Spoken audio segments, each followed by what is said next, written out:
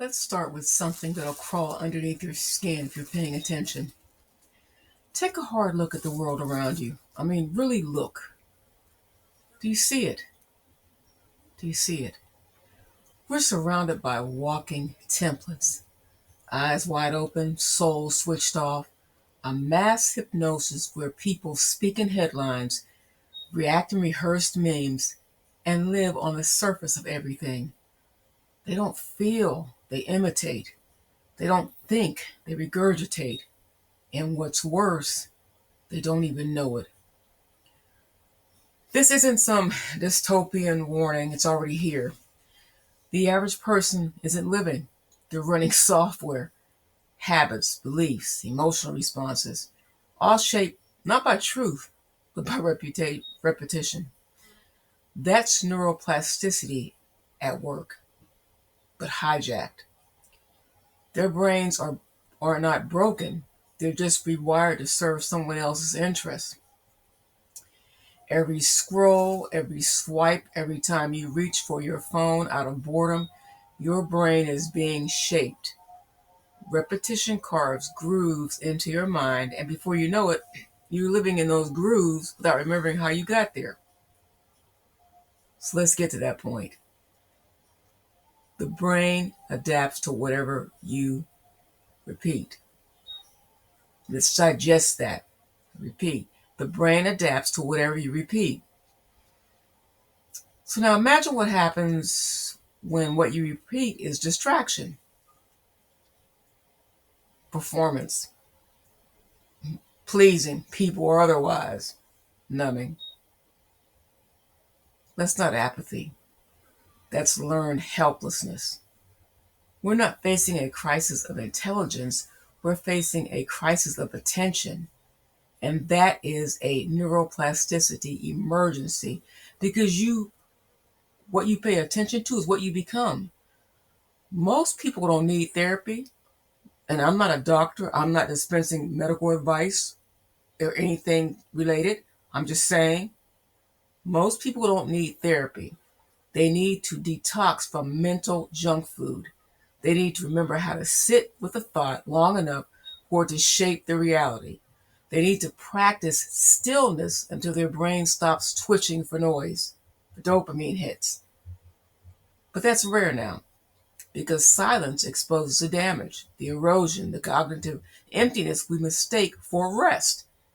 And that makes people panic. They'd rather scroll than feel. But here's the blunt truth. You don't get to keep your mind intact if you don't fight for it. Because there's a system, algorithmic, can't even say the word hardly, algorithmic, cultural, commercial, that profits off keeping you passive. And it's not personal. It doesn't hate you. It just doesn't care if you lose yourself as long as you stay clickable. So if you feel the numbness creeping in, don't ignore it. That's your nervous system warning you it's overloaded. That's your attention has been hijacked so many times it doesn't know how to return home. But here's the power you forgot you had. Your brain can change. That's not wishful thinking. That is hardwired neuroplasticity. You can rewire your mind. You can teach your brain to focus, to crave focus again, to breathe in silence, to think deeply without feeling. That came out wrong. You can rewire your mind. What was I saying? You can teach your brain to crave focus again, to breathe in silence, to think deeply without fleeing. You want to know how? Deliberate repetition of what matters. Make thinking your daily resistance. Practice stillness like it's a skill. Feed your brain questions, not just answers. Let discomfort marinate instead of medicating it with another scroll. When you choose to observe rather than react, when you pause before speaking, when you sit with a feeling without numbing, it rewires you. It reclaims mental real estate from noise. Neuroplasticity doesn't care whether you use it for growth or destruction. It just follows your lead. But if you don't lead, someone else will. So I'm not asking you to wake up. I'm just telling you to rebuild. Of course, I have said in the past, wake the fuck up. But seriously, I'm telling you to rebuild. Train your mind like it's your life on the line, because it is. The world needs more opinions. It needs minds that can hold contradictions, see nuance, and make contact with truth. That doesn't happen in a feed. That happens in reflection and solitude and doing hard work of turning lights back on inside your own head. So let me ask you, when was the last time you had a thought that wasn't packaged? When did you last sit in silence long enough to hear your own mind think? That discomfort you feel right now, that's neuroplasticity waking up. It's the old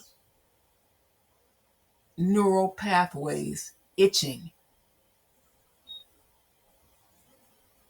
struggling, because they're dying. It's new ones gasping for breath. Don't distract yourself from it. Use it. Make it a signal. Make it an alarm clock you use. You need to stop hitting snooze on. Because once you reclaim your focus, you reclaim your power. In a world that monetizes your attention and manipulates your neuroplasticity to keep you addicted, thinking is not self-help. It is the only help. It's the only answer. Start now. That's all I wanted to say. Talk to you soon.